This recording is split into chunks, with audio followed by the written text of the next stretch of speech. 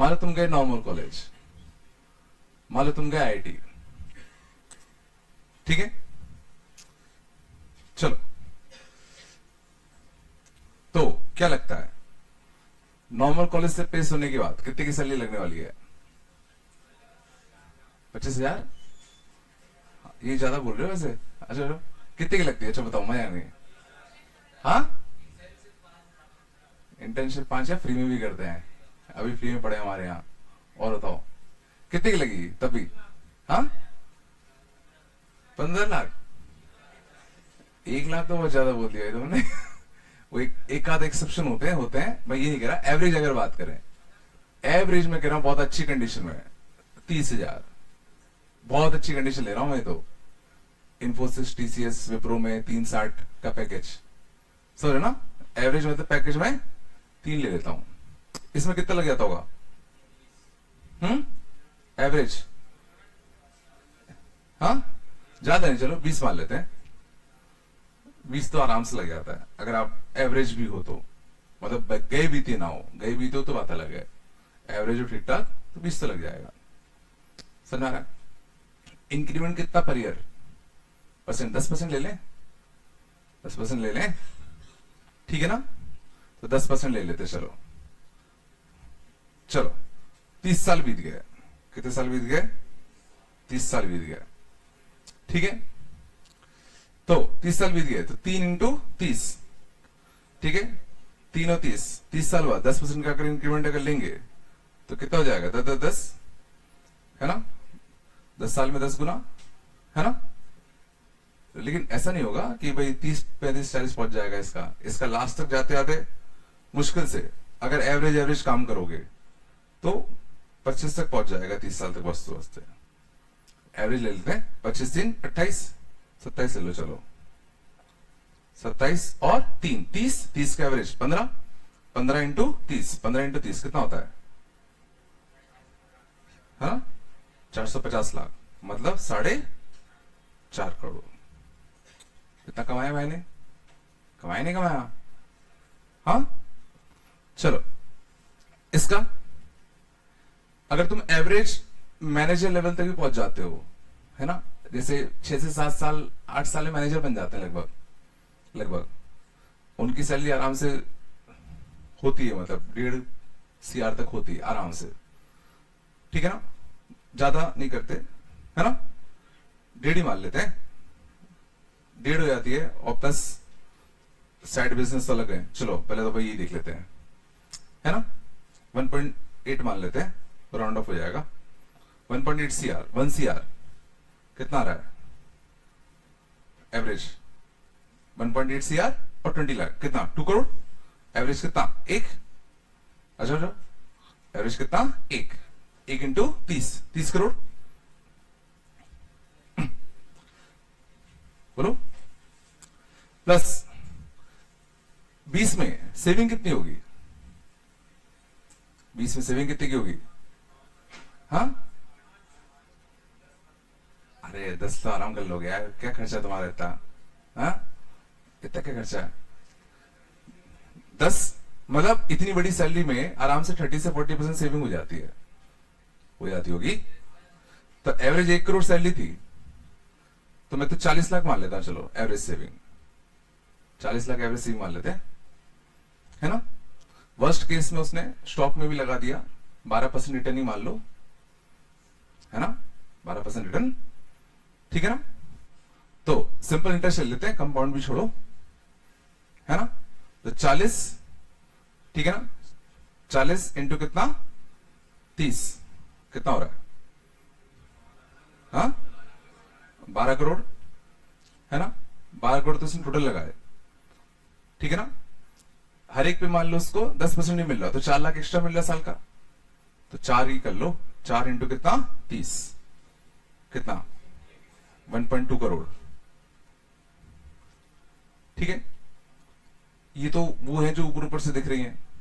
Plus ये जितने भी बंदे होते हैं मैक्सिमम 2 साइड बिजनेस करते हैं आराम से, मैक्सिमम। ये सिंपल सी बात है, इसमें तुम्हें 10 आवर्स के आराम से देने पड़ते हैं, इसमें इतना नहीं होता, डिपेंड करता है चाहिए कैसी होती है।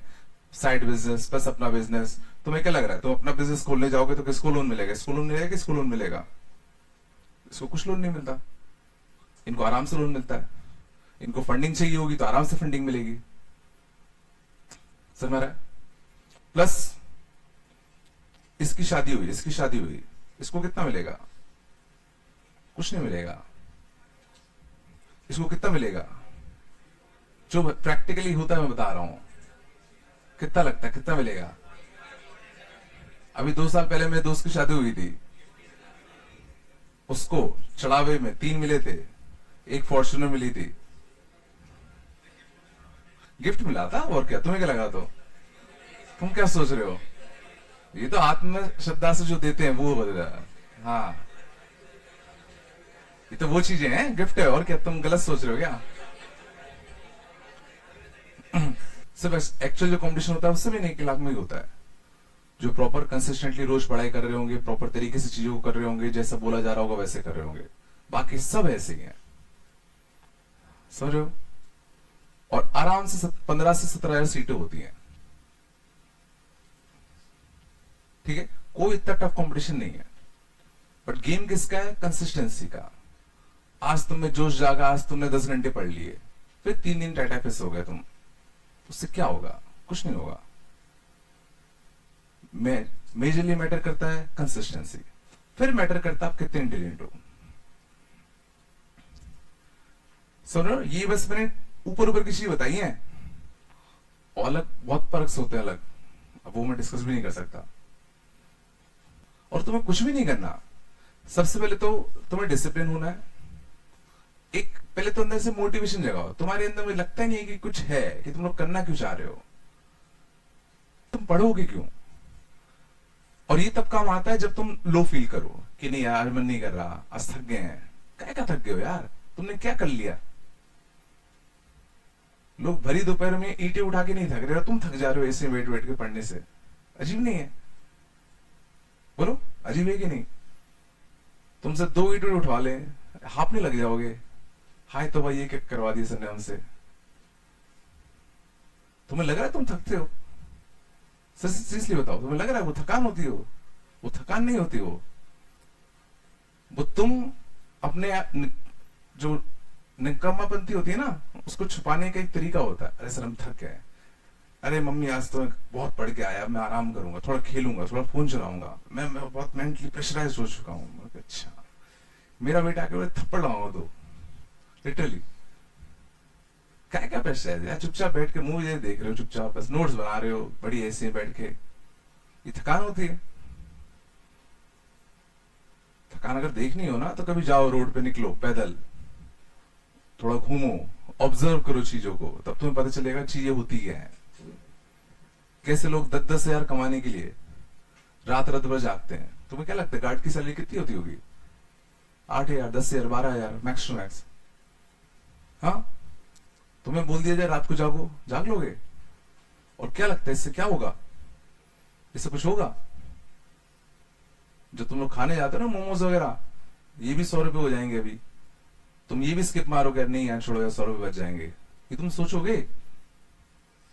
कोई बड़ी बात नहीं है, बस आने वाले कुछ सालों की बात है, 8-10 साल बाद ये तुम्हें सोचना पड़ेगा 100 रुपए निकालने के लिए जेब में से। तो तुम्हें पता है फाइनली आना ही इतना है, तो मैं करूं क्या? जितने बच्चे आज के दिन मक्कारी मारते हैं, बहुत सारे बच्चे टच में हैं।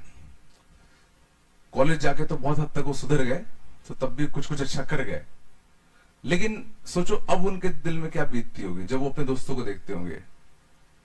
सोचो जरा, एक बच्चा MITS में पढ़ रहा है और एक बच्चा IIT से आया, दोनों दोस्त थे, दोनों गर्मियों की छुट्टियों में मिले। बोलो हाँ। उन्होंने कहा चलो ग्रुप पार्टी करते हैं। ग्रुप पार्टी करने गए। कहाँ गए? कहाँ गए? कोई अच्छी जगह बताओ। मॉलिक्यूल, हाँ मॉलिक्यूल गए। बिल बना 5 हजार का। तुम्हें क्या लग रहा कौन देगा? सोचो, थोड़ा दिमाग लगाओ, वो एम्बेरसमेंट फील करो, क्या लगेगा? तुम्हारे दोस्त वगैरह हैं या कॉन्ट्री कर नहीं यार वो आज मैं परसों लाया घर पे यार, ऐसा ऐसे बहाने मारोगे तुम, मारोगे सही में। और क्या? जिंदगी रोज बेइज्जत करती है, याद रखना, रोज अलग अलग एंगल से, तुम सोच भी नहीं सकते।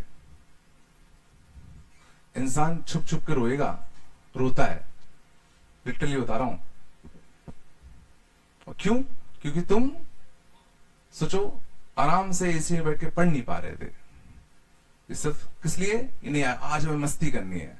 हम क्यों पढ़े? हम तो 11th में आ गए और हम बड़े हो गए हैं, मैच्योर हो गए हैं, हमें सब पता है। सर को क्या ही पता है, हम सब जानते हैं। हमारे पास चैट जीपीटी, उससे हम सब पूछ लेंगे।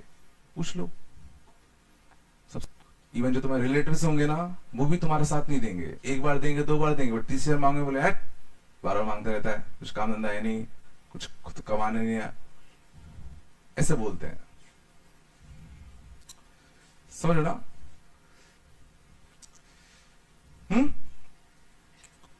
चलो तो थोड़ा सा सोचो अपने बारे में, मैं कहूंगा। ठीक है, सब कैपेबल हो, कोई बड़ी बात नहीं है। और इसलिए मैं कह रहा हूं क्योंकि मुझे पता है मैक्सिमम बच्चे तैयारी नहीं करते ढंग से, वो सब लगे रहते हैं ऐसे ही। तो कंपटीशन ज्यादा टफ नहीं है। चलो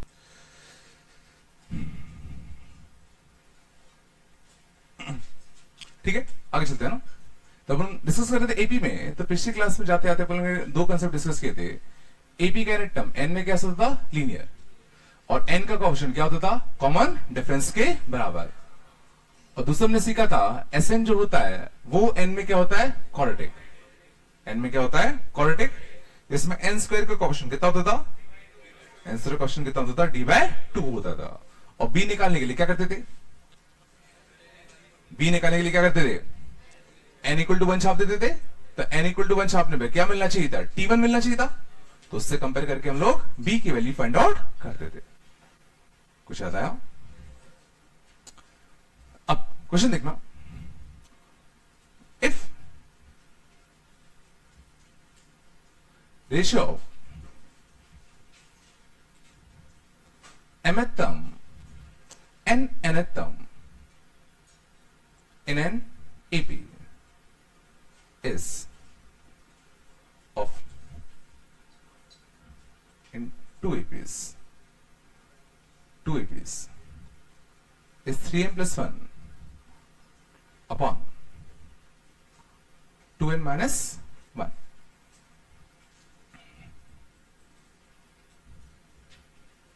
Find ratio of their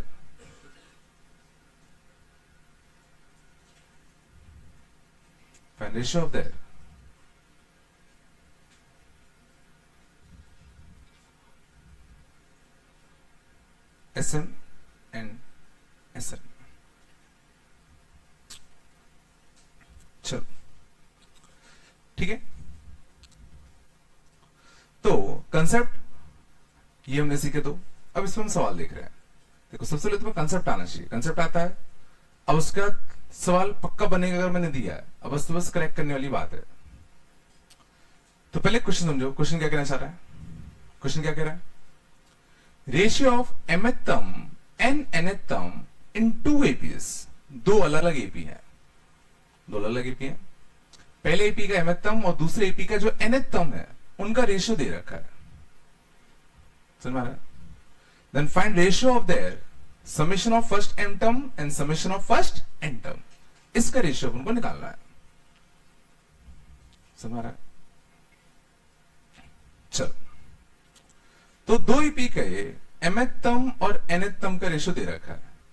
ये कितना दे रखा है? 3m plus 1 और ये क्या दे रखा है? 2n minus 1। तो क्या मैं कह सकता हूं कि पहले एपी का mth टर्म 3m plus 1 है। और सही बात है, देखो m में लीनियर होना भी चाहिए था, क्योंकि अपने डिस्कस किया था कि एपी का mth टर्म m में कैसा होता है? लीनियर। और क्या इस इंफॉर्मेशन से हम एपी की इंफॉर्मेशन एक्सट्रैक्ट कर सकते हैं? ये जो एपी होगा उसका कॉमन डिफरेंस क्या हम बता सकते हैं? कॉमन डिफरेंस वही होगा जो m का कोएफिशिएंट होगा। तो इस एपी का कॉमन डिफरेंस कितना है? 3। और फर्स्ट टर्म के लिए m इक्वल टू 1 छाप दो। तो m इक्वल टू 1 छापोगे तो फर्स्ट टर्म कितना आएगा? 4।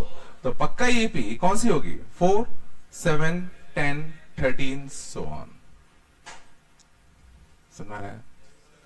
तो क्या इस एपी का हम SN निकाल सकते हैं।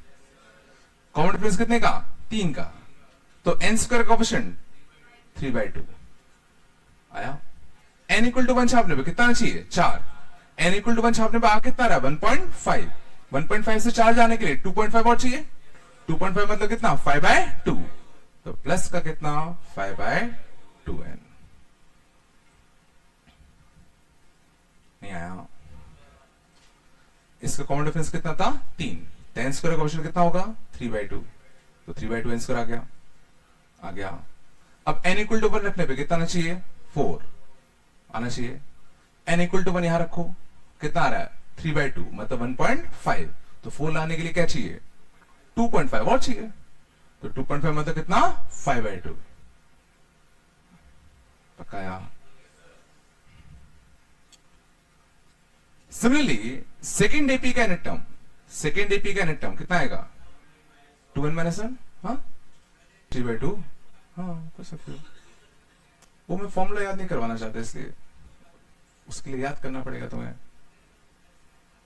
जैसे करना कर सकते हो। देखो मैं फॉर्मूले इसलिए अवॉइड करता हूं क्योंकि मुझे पता है 2 साल बाद तुम्हारे पास इतने फॉर्मूले होंगे कि तुम सब भूल जाओगे। तो जितने कम से कम फॉर्मूले रखोगे उतना बेटर रहेगा, ठीक है ना? बाकी अगर याद रख पा रहे हो तुम, बहुत अच्छी बात है, उसमें कोई गलत नहीं है, सही है, ठीक है ना?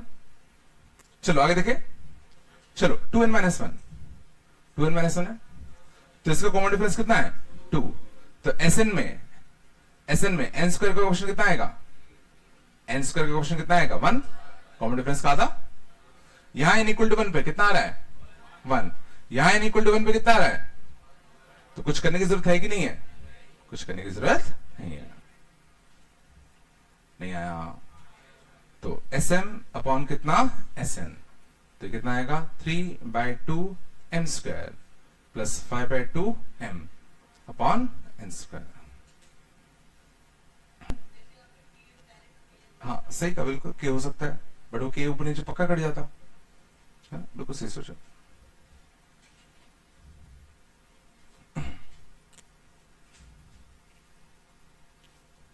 आया पक्का? बोलो बेटा।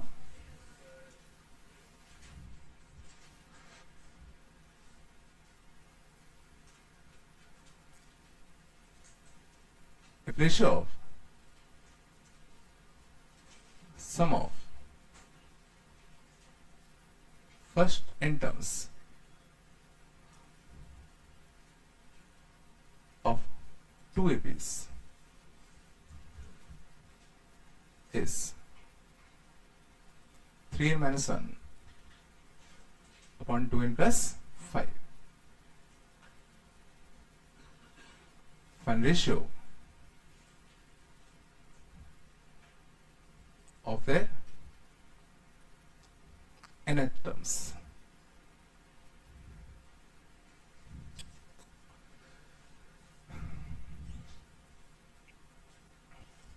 देखिए क्या कह रहा है इस क्वेश्चन। तो क्वेश्चन को पढ़ के तुम जितनी जल्दी चीज को समझोगे उतना जल्दी क्वेश्चन सॉल्व होगा। तो देखो पहले मैं क्या करता हूं, पहले मैं एक बार ही क्वेश्चन बहुत जल्दी से पढ़ता हूं ताकि मुझे एक रफ आइडिया लग जाए कि वो क्या कहना चाहता है। If ratio of sum of first n terms of 2 ABs इतना इतना, find ratio of their nth term। तो कुछ तुम्हें क्लिक कर गया होगा कि सवाल किस डायरेक्शन में जाना चाहता है।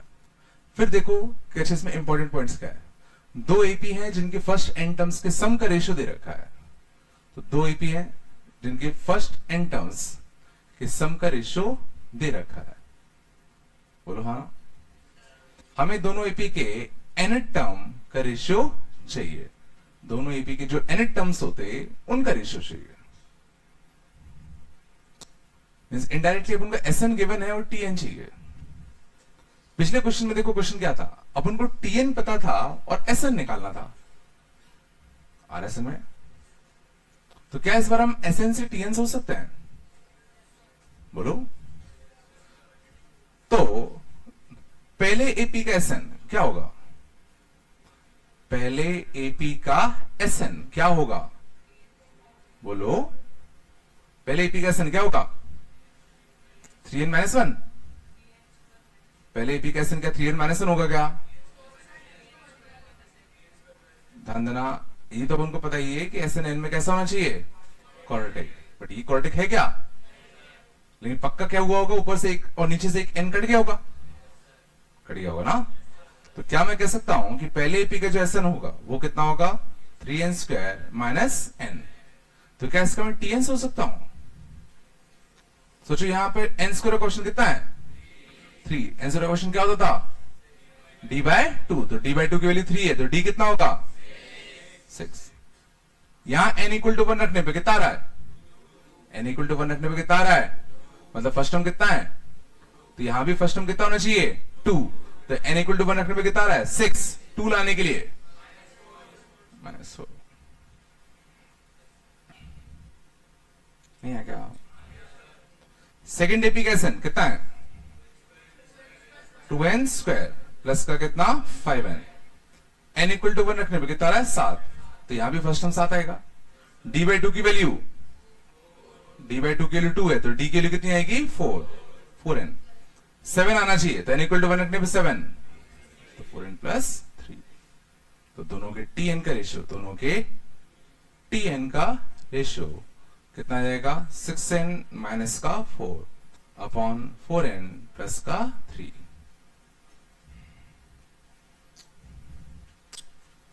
चला गए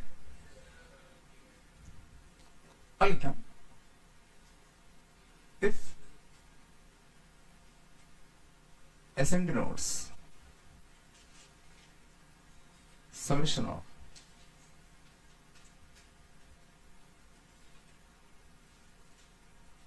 first n terms of AP,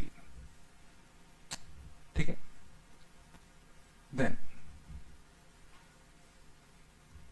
find possible relations in A and D if S of kx upon S of x is independent of x।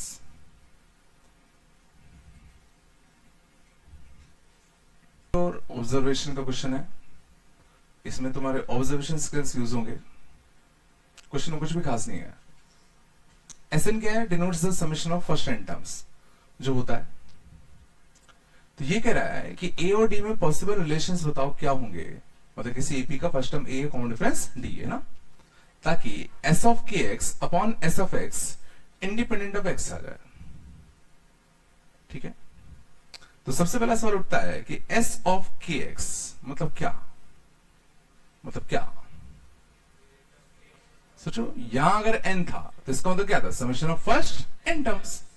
तो अगर यहां kx है तो इसका मतलब क्या है, summation of first kx terms. और फर्स्ट kx टर्म्स का सम क्या आएगा, n/2 2a plus kx minus 1 into D, ये तो होगा अपॉन s ऑफ x। तो s ऑफ x क्या होगा, summation of first x terms x/2 2a plus x minus 1 times कितना d। समझ में आया? इस चीज को मैं क्या करना है, इंडिपेंडेंट ऑफ x करना है। इस चीज को मैं क्या करना है, इंडिपेंडेंट ऑफ x करना है। गौर करो, x/2 से x/2 कैंसिल हुआ, क्या क्या बचेगा ऊपर, k टाइम्स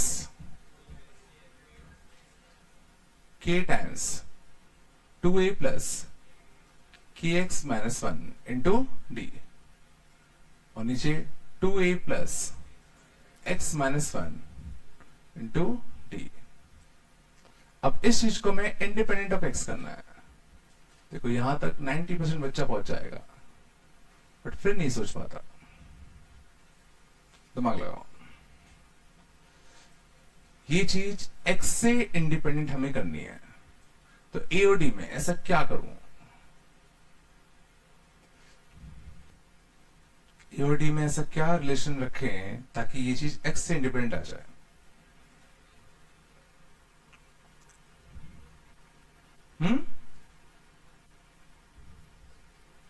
क्या डी इक्वल से, उससे क्या होगा,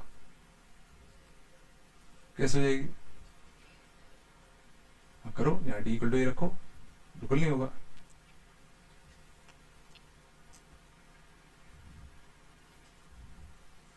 चलो ठीक है, सोच लिया। अब देखो ये क्वेश्चन तुम्हें याद रहेगा आगे भी, क्यों? क्योंकि तुमने इसमें समय दिया है। देखो इसको मैं थोड़ा सा रिस्ट्रक्चर करके लिख दूं, 2a माइनस डी प्लस के x T, 2a minus D plus x T. इसको मैं इंडिपेंडेंट ऑफ एक्स करना है, तो मैं कह रहा हूं 2a माइनस डी को 0 कर दो। सोचो अगर 2a माइनस डी 0 हो गया तो ऊपर क्या बचेगा, के एक्स टी, नीचे क्या बचेगा, एक्स टी, एक्स से एक्स कैंसिल, इंडिपेंडेंट आएगा। और कोई तरीका?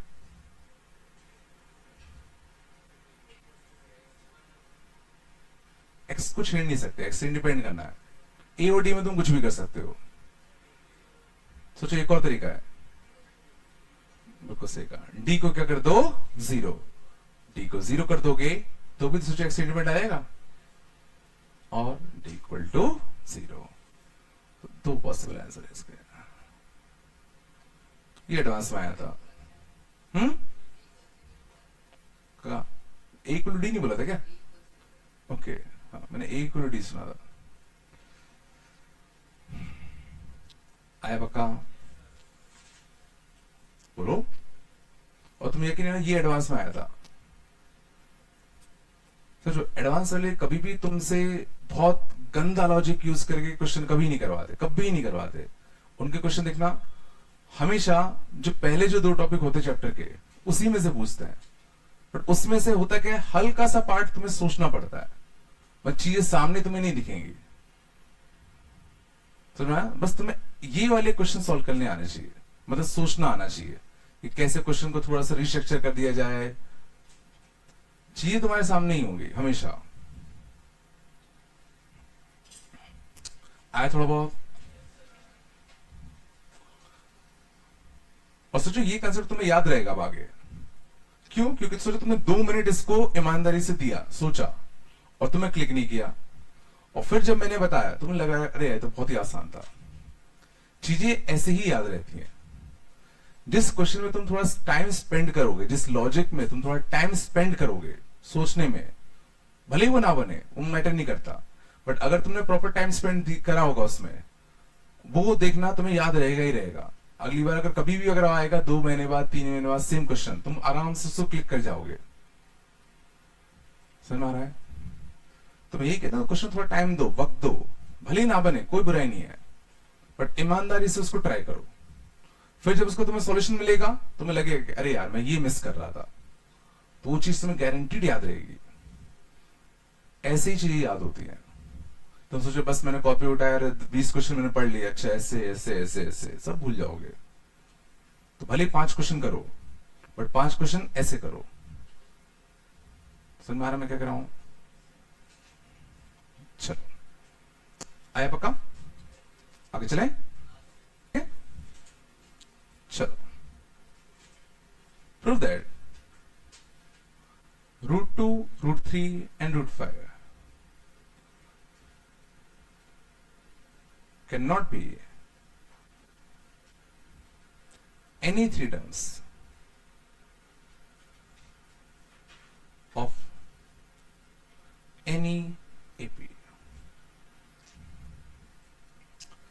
√2, √3 और √5 किसी भी एपी के कोई भी 3 टर्म नहीं हो सकते। क्वेश्चन को फील करो, क्वेश्चन बोलना क्या चाह रहा है, मतलब तुम्हें इस क्वेश्चन को एक्सप्लेन करना आना चाहिए किसी बच्चे को, क्या बोलना चाह रहा है।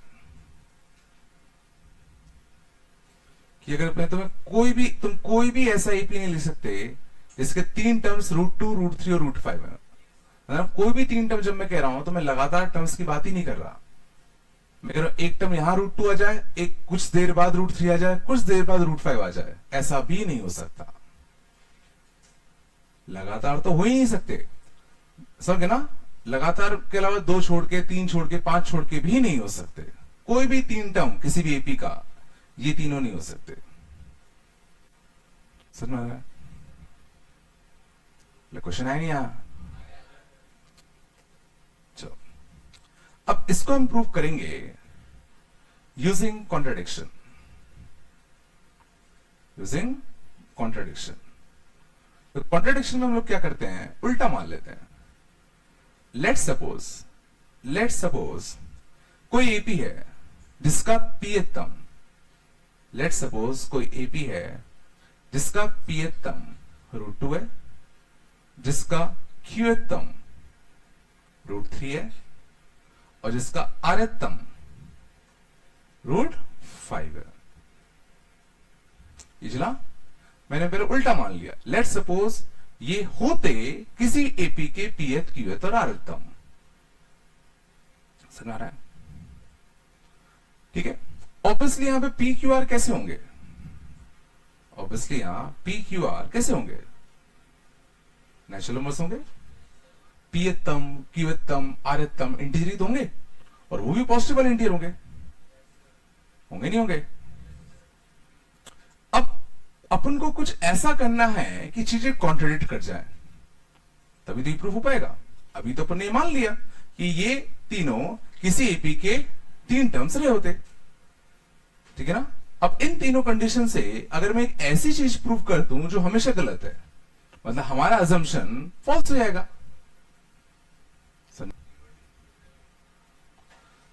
समझो यहां पे पी क्यू और आर तब भी हमें पता है नेचुरल नंबर है, बट ए और डी के तो कुछ भी पता नहीं है।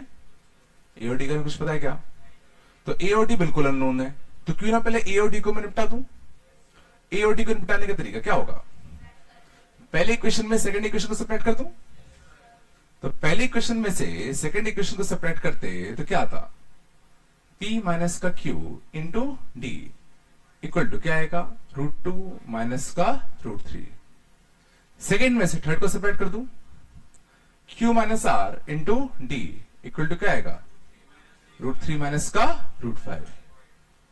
दोनों का डिवाइड दे दें, दोनों का डिवाइड दे दूं तो देखो डीवी निपट जाएगा, डीवी तो निपट जाएगा, √2 माइनस √3 अपॉन √3 माइनस √5। तो ए और डी हमने दोनों निपटा दिए, तो अपने पास पी क्यू आर में कुछ ऐसा एक रिलेशन आ गया। अब क्या इस रिलेशन से हम कुछ कंक्लूड कर सकते हैं क्या? बिल्कुल सही सोचो। सोचो ये इंटीजर, ये इंटीजर, ये इंटीजर, ये इंटीजर, तो लेफ्ट हैंड साइड क्या है, एक रैशनल नंबर है, बट राइट हैंड साइड क्या है, एक इरेशनल नंबर है। तो ये दोनों तो कहीं बराबर हो नहीं सकते। सोचो जरा, पी क्यू आर कैसे थे, नेचुरल नंबर्स, तो नेचुरल नंबर्स को घटाओगे, डिवाइड दोगे तो कुछ रैशनल नंबर ही तो आएगा, बट इस साइड क्या है, एक इरेशनल नंबर। मींस ये स्टेटमेंट कैसा बन गया, एक फॉल्स स्टेटमेंट बन गया। मींस ऐसा कहीं पॉसिबल हो सकता है क्या? This is not possible for any P Q R, this is not possible for any PQR.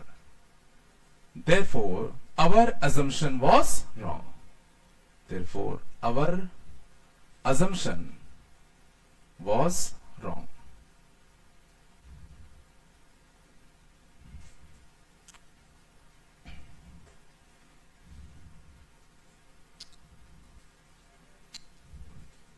चलो अगले लिखते हैं।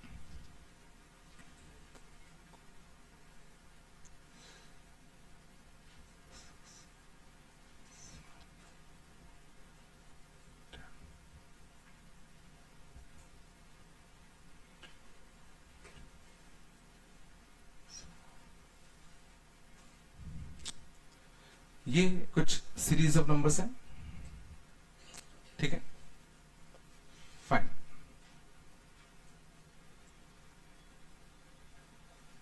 Last term of 10th row, fine last term of 10th row, ठीक है। Which row contains 150,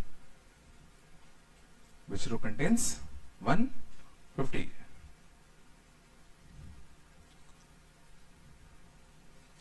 Sum of all numbers in 10th row.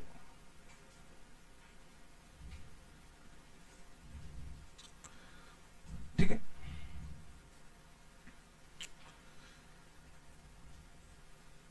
Salman पहला question क्या है? Question आया नहीं आया? ठीक है, कुछ इस पैटर्न से हम लोग नंबर्स लिखते जा रहे हैं, first row, second row, third row, fourth row, fifth row, ठीक है ना? तब हमको सबसे पहला सवाल यह है कि 10th रो का आखिरी एलिमेंट पता करना है कि क्या होगा। ठीक है,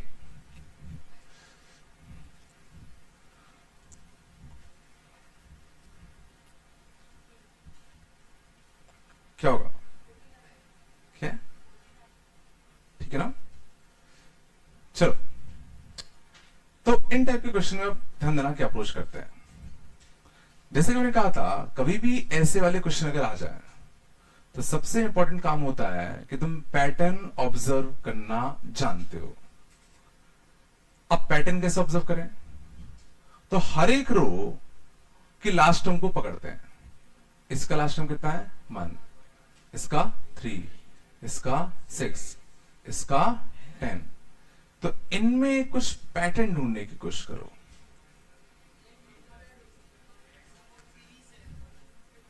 याद करो, मैंने बताया था, बहुत आता है।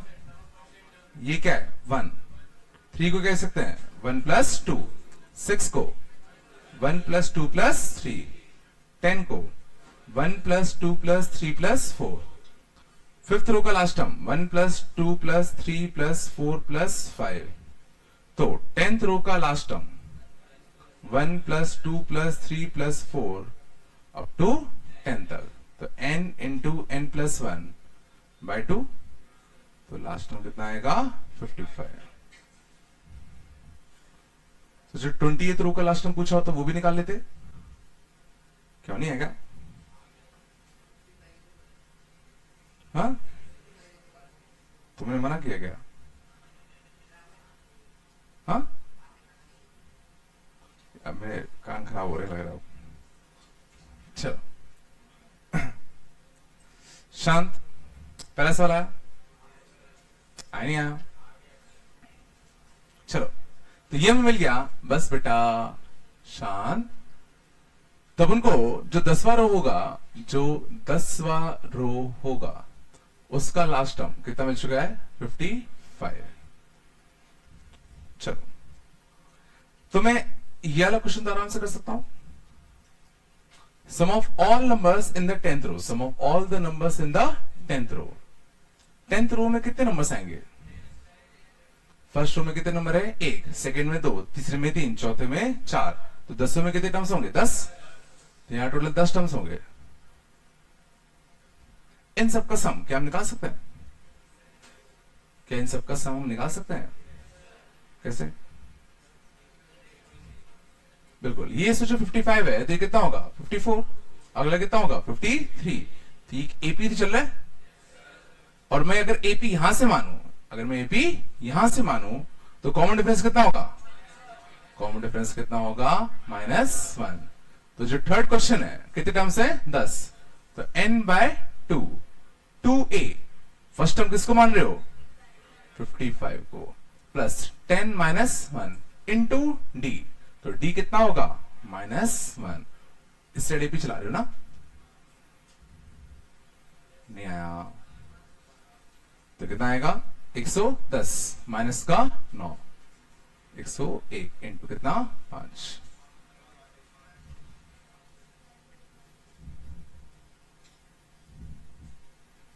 आया पक्का? तो पहला पार्ट आ गया, थर्ड पार्ट आ गया।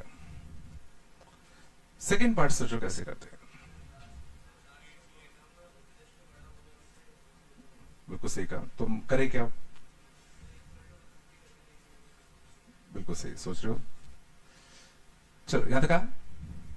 सेकेंड पार्ट के लिए देखना, तो मुझे इतना समझ में आ गया कि केथ रो का लास्ट टर्म, ध्यान देना, केथ रो कोई वेरिएबल रो अगर होता, केथ रो का लास्ट टर्म कितना था?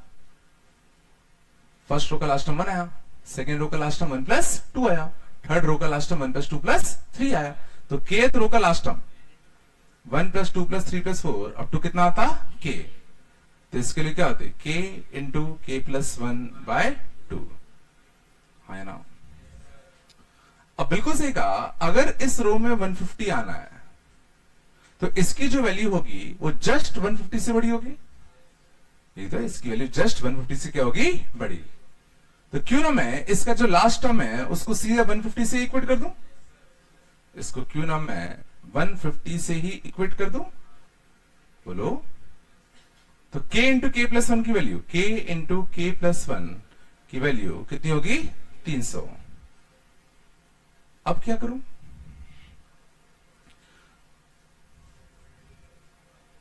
क्या तुम सोच सकते हो k की ऐसी वैल्यू जो जस्ट 150 या उससे जस्ट बड़ी हो? तो k इंटू के प्लस 1 की वैल्यू 300 या उससे जस्ट बड़ी हो? तुम पहले सोचो फिर बताओ। सोचिए, बड़ा अच्छा लिखा है, दो कंसेक्यूटिव इंटीजर्स का प्रोडक्ट। ये क्या लिखा है? दो कंसेक्यूटिव इंटीजर्स का प्रोडक्ट, वही तो लिखा है। तो k अगर 15 लो तो 15 इंटू 16, 15 इंटू 16 कितना आएगा? 240 आएगा। ये तो 300 तक नहीं पहुंच पा रहा। 16 रखें तो 16 इंटू 17, 16 इंटू 17 270, तो वो भी नहीं आ पाएगा। 17 रखो, 17 इंटू 18, 17 इंटू 18, ठीक है ना? कितना आ रहा है? 300, 306 आ रहा है ना? 17 इंटू 18, देखो जस्ट पार निकल गया, नहीं आया क्या? मींस अगर मैं 17th रो का लास्ट टर्म ढूंढू, 17th रो का लास्ट टर्म, तो 17th रो का लास्ट टर्म क्या आएगा?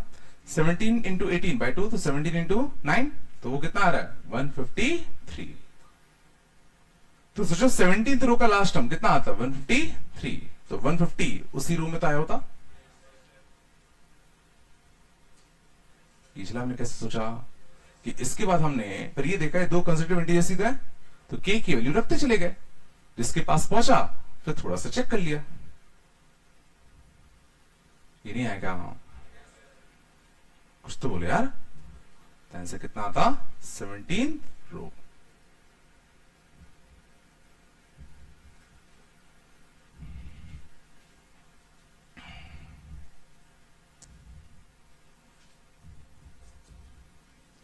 अगला देखें, चलो अगला तुम लोग करो। 1 2 2 3 3 3 4 4 4 4 5 5 5 5 200 terms. Find sum of first 200 terms.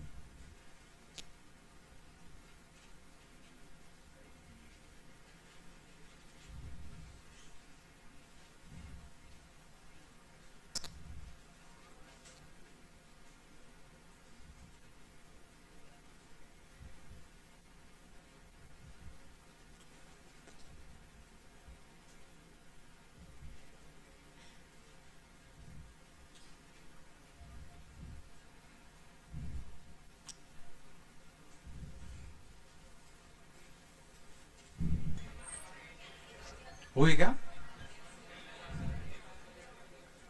हुए नहीं हुए?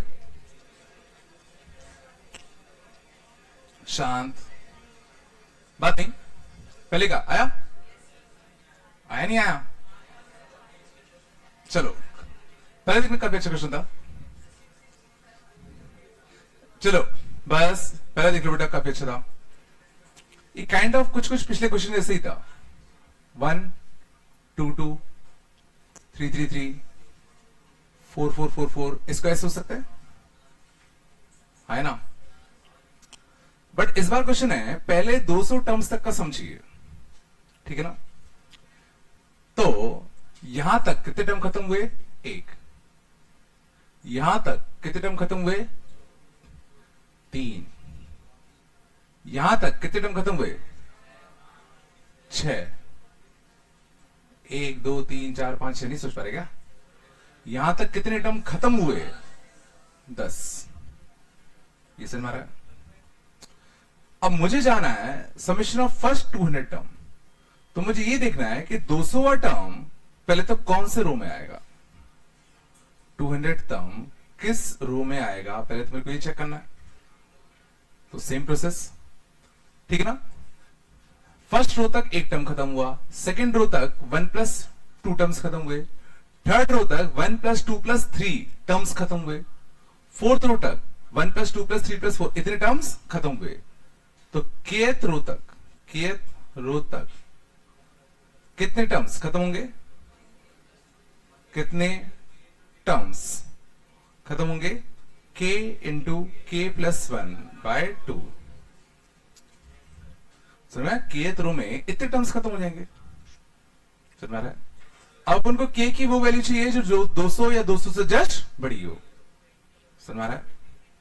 चलो, तो इसको मैं 200 से इक्वेट कर दूं, तो k इंटू k+1 लगभग कितना आएगा? 400। समझ में आ रहा है? 19 इंटू 19 कर रहा, k अगर 19 रखता तो 380 आता, जब छोटा आ जाता। तो k पक्का कितना आता? 20। k पक्का कितना आता? 20।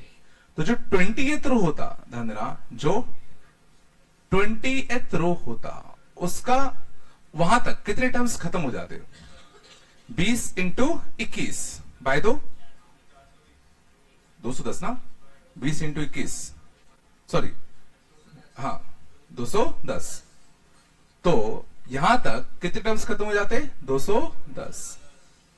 210 टर्म्स खत्म हो जाते। आ रहा नहीं आ रहा? अच्छा, 19th रो तक कितने टर्म खत्म हो जाते?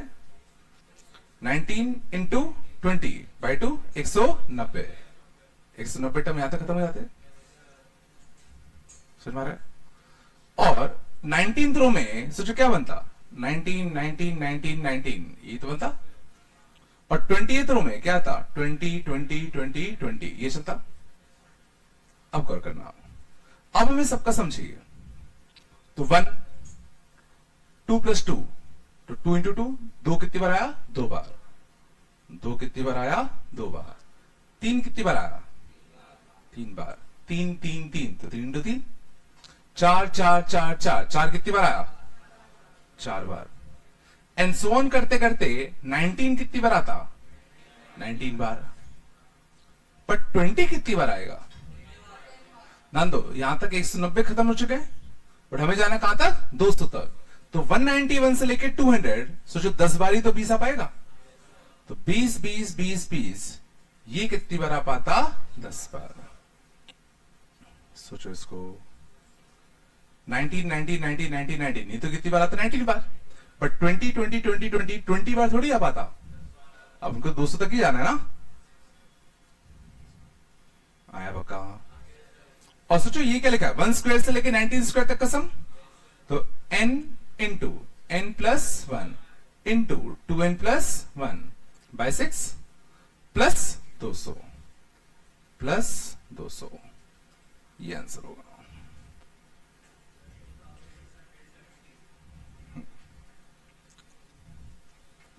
आया थोड़ा बहुत? ये कर पाए थे क्या?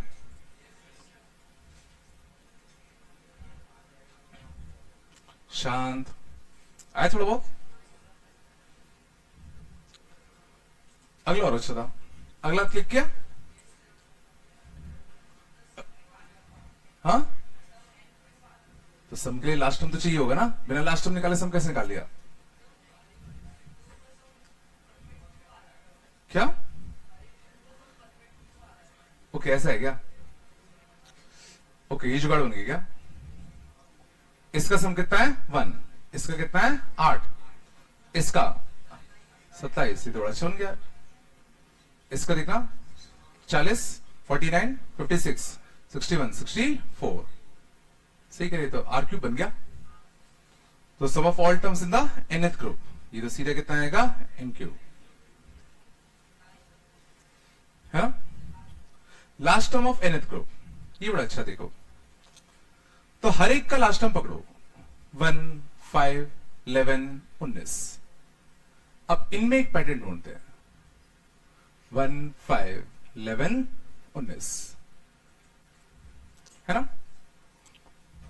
देखो यहां भी कितना है, एक टर्म है, यहां कितने टर्म है 2, टोटल में यहां तक कितने हो गए 3, बोलो बड़ी ऑड वाले चल रहे हैं, ठीक है ना। तो इसको मैं लिख सकता हूं 2 इंटू 1 माइनस 1, बोलो यहां तक कितने टर्म हो गए 3, कितने टर्म हो गए 3, इसको लिख सकता हूं 2 इंटू 3 माइनस 1, यहां तक कितने टर्म हो गए 6, 1 2 3 4 5 6, इसको लिख सकता हूं 2 इंटू 6 माइनस 1, यहां तक कितने खत्म हो गए टर्म्स 10, तो 2 इंटू 10 माइनस 1, सोचो 2 into 1 minus 1, 2 into 2 minus 1, sorry 2 into 3 minus 1, 2 into क्या 6 माइनस 1, 2 इंटू 10 माइनस 1।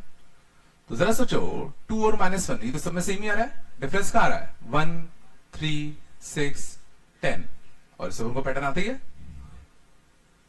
सोचो तो nth टर्म में क्या होगा, nth टर्म में क्या होगा 2 इंटू ये 1 से लेके 3 तक का सम, ये 1 से लेके 4 तक का सम, तो ये 1 से लेके n तक का सम माइनस 1, तो n इंटू n प्लस 1/2, 2 से 2 कटता, तो n into n plus 1 minus 1, तो n square plus n minus 1। ये चला सही में क्या हुआ,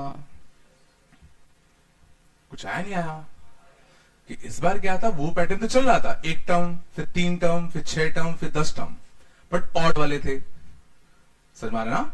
तो साथ में 2 इंटू ऑड माइनस 1, नहीं आएगा पक्का,